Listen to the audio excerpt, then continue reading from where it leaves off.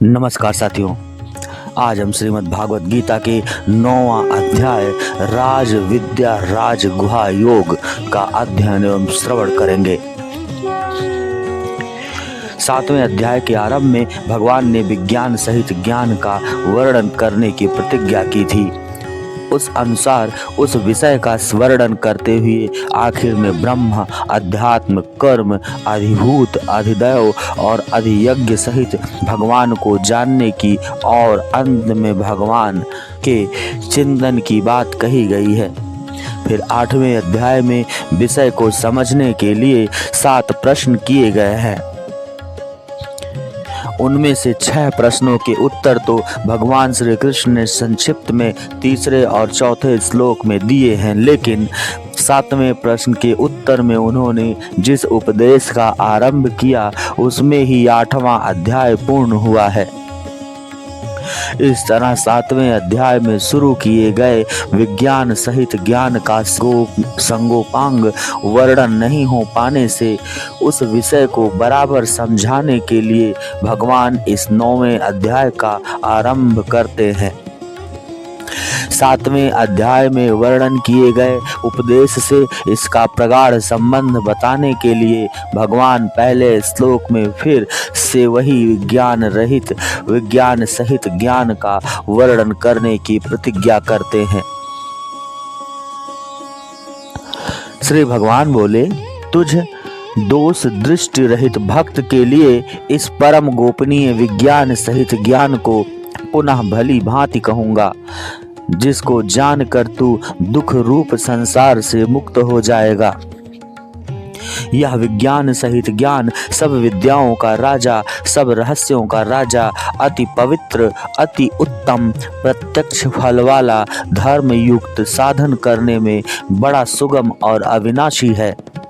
हे परम तप, इस उपर्युक्त धर्म में श्रद्धा रहित पुरुष मुझको ना प्राप्त होकर मृत्यु रूप संसार चक्र में भ्रमण करते रहते हैं।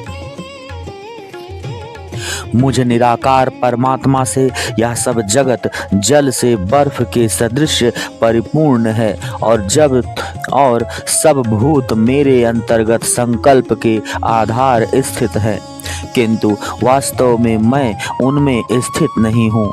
वे सब भूत मुझ में स्थित नहीं हैं, किंतु मेरी ईश्वरीय योग शक्ति को देख कि भूतों का धारण पोषण करने वाला और भूतों को उत्पन्न करने वाला भी मेरा आत्मा वास्तव में भूतों में स्थित नहीं है। जैसे आकाश से उत्पन्न सर्वत्र विचरने वाला महान वायु सदा आकाश में ही स्थित है, वैसे ही मेरे संकल्प द्वारा उत्पन्न होने से संपूर्ण भूत मुझ में स्थित हैं, ऐसा ही जान। हे अर्जुन, कल्पों के अंत में सब भूत मेरी प्रकृति को प्राप्त होते हैं, अर्थात प्रकृति में लीन होते हैं, और कल्पों के आदि में उनको मैं फिर रचता हूँ। अपनी प्रकृति को अंगीकार करके स्वभाव के बल से परतंत्र हुए इस संपूर्ण भूत समुदाय को बार बार उनके कर्मों के अनुसार रचता हूँ।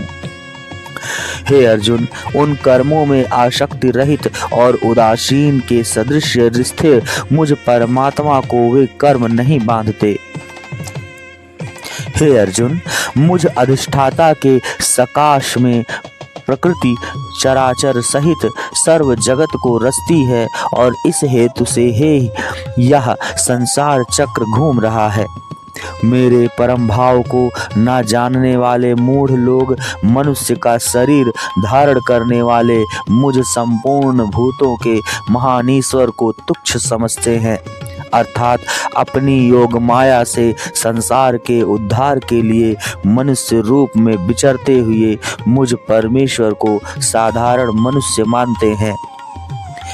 वे व्यर्थ आशा, व्यर्थ कर्म और व्यर्थ ज्ञान वाले विक्षिप्त चित्त अज्ञानी जन राक्षसी, आसुरी और मोहिनी प्रकृति को ही धारण किए रहते हैं। परंतु हे कुंती पुत्र, दैवी प्रकृति के आश्रित महात्मा जन मुझको सब भूतों का सनातन कारण और नाश रहित अक्षर स्वरूप जानकर अनन्य मन से युक्त होकर निरंतर भजते हैं। वे दृढ़ निश्चय वाले भक्त जन निरंतर मेरे नाम और गुणों का कीर्तन करते हुए तथा मेरी प्राप्ति के लिए यत्न करते हुए और मुझको बार बार प्रणाम करते हुए सदा मेरे ध्यान में युक्त होकर अनन्य प्रेम से मेरी उपासना करते हैं। दूसरे ज्ञान योगी मुझ निर्गुण निराकार ब्रह्म का ज्ञान यज्ञ के द्वारा अभिन्न भाव से पूजन करते हुए मेरी उपासना करते हैं और दूसरे मनुष्य बहुत प्रकार से स्थित मुझ विराट स्वरूप परमेश्वर की पृथक भाव से उपासना करते हैं।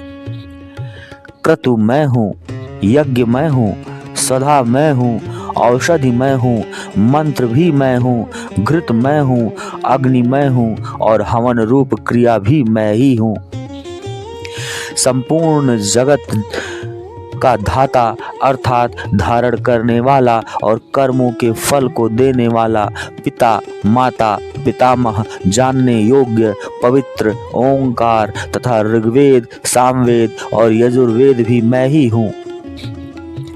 प्राप्त होने वाले योग्य परम धाम भरण पोषण करने वाला, सबका स्वामी, शुभाशुभ का देखने वाला, सबका वासस्थान, शरण लेने योग्य, प्रत्युपकार न चाहकर हित करने वाला, सबकी उत्पत्ति प्रलय का हेतु, स्थित का आधार, निधान और अविनाशी कारण भी मैं ही हूँ। मैं ही सूर्य रूप से तपता हूँ, वर्षा का आकर्षण करता हूँ और उसे बरसाता हूँ। हे अर्जुन, मैं ही अमृत और मृत्यु हूँ और सत असत भी मैं ही हूँ। तीनों वेदों में विधान किए हुए सकाम कर्मों को करने वाले, सोमरस को पीने वाले, पाप रहित पुरुष मुझको यज्ञों में पूज कर या यज्ञों के द्वारा पूज कर स्वर्ग की प्राप्ति चाहते हैं। वे पुरुष अपने पुण्यों के फल स्वरूप सर्वलोक को प्राप्त होकर स्वर्ग में दिव्य देवताओं के भोगों को भोगते हैं। वे उस विशाल स्वर्गलोक को भोग कर पुण्य क्षीण होने पर मृत्यु लोक को प्राप्त होते हैं। इस प्रकार स्वर्ग के साधन रूप तीनों वेदों में कहे हुए सकाम कर्म का आश्रय लेने वाले और भोगों की कामना वाले पुरुष बार बार आवागमन को प्राप्त होते हैं, अर्थात पुण्य के प्रभाव से स्वर्ग में जाते हैं और पुण्य के क्षीण होने पर मृत्यु लोक में आते हैं। जो अनन्य प्रेमी भक्तजन मुझ परमेश्वर को निरंतर चिंतन करते हुए निष्काम भाव से भजते हैं, उन नित्य निरंतर मेरा चिंतन करने वाले पुरुषों का योगक्षेम मैं स्वयं प्राप्त कर देता हूँ। हे अर्जुन, यद्यपि श्रद्धा से युक्त जो सकाम भक्त दूसरे देवताओं को पूजते हैं वे भी मुझको ही पूजते हैं, किंतु उनका वह पूजन अविधित पूर्वक अर्थात अज्ञान पूर्वक है, क्योंकि संपूर्ण यज्ञों का भोक्ता और स्वामी भी मैं ही हूँ। परंतु वे मुझ परमेश्वर को तत्व से नहीं जानते, इसी से गिरते हैं अर्थात पुनर्जन्म को प्राप्त होते हैं। देवताओं को पूजने वाले देवताओं को प्राप्त होते हैं, पितरों को पूजने वाले पितरों को प्राप्त होते हैं, भूतों को पूजने वाले भूतों को प्राप्त होते हैं और मेरा पूजन करने वाले भक्त मुझको ही प्राप्त होते हैं। इसलिए मेरे भक्तों का पुनर्जन्म नहीं होता। जो कोई भक्त मेरे लिए प्रेम से पत्र, पुष्प, फल, जल आदि अर्पण करता है, उस शुद्ध बुद्धि निष्काम प्रेमी भक्त का प्रेम पूर्वक अर्पण किया हुआ वह पत्र पुष्पादि मैं सगुण रूप से प्रकट होकर प्रीति सहित खाता हूँ। हे अर्जुन, तू जो कर्म करता है, जो खाता है, जो हवन करता है, जो दान देता है और जो तप करता है, वह सब मुझे अर्पण कर। इस प्रकार जिसमें समस्त कर्म मुझ भगवान के अर्पण होते हैं, ऐसा संन्यास संयोग से युक्त चित्त वाला तू शुभाशुभ फल रूप कर्म बंधन से मुक्त हो जाएगा और उनसे मुक्त होकर मुझको ही प्राप्त होगा। मैं सब भूतों में समभाव से व्यापक हूँ, न कोई मेरा अप्रिय है और ना प्रिय है, परंतु जो भक्त मुझको प्रेम से भजते हैं वे मुझ में हैं और मैं भी उनमें प्रकट होता हूँ। यदि कोई अतिशय दुराचारी भी अनन्य भाव से मेरा भक्त होकर मुझको भजता है तो वह साधु ही मानने योग्य है, क्योंकि वह यथार्थ निश्चय वाला है, अर्थात उसने भली भांति निश्चय कर लिया है कि परमेश्वर के भजन के समान अन्य कुछ भी नहीं है।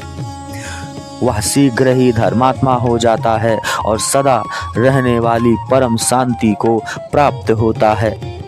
हे अर्जुन, तू निश्चय पूर्वक सत्य जान कि मेरा भक्त नष्ट नहीं होता। हे अर्जुन, स्त्री, वैश्य, शूद्र तथा पाप योनि चांडाल आदि तो जो भी कोई भी हो वे भी मेरे शरण होकर परम गति को ही प्राप्त होते हैं।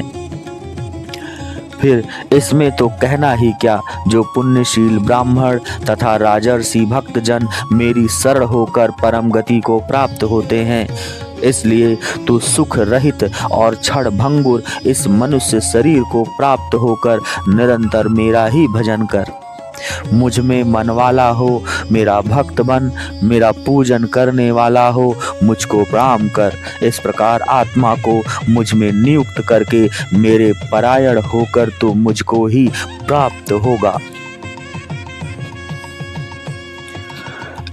इस प्रकार उपनिषद, ब्रह्म विद्या तथा योग शास्त्र रूप श्रीमद् भागवत गीता के श्री कृष्ण अर्जुन संवाद में राज विद्या राज गुहा योग नामक 9वां अध्याय संपूर्ण हुआ।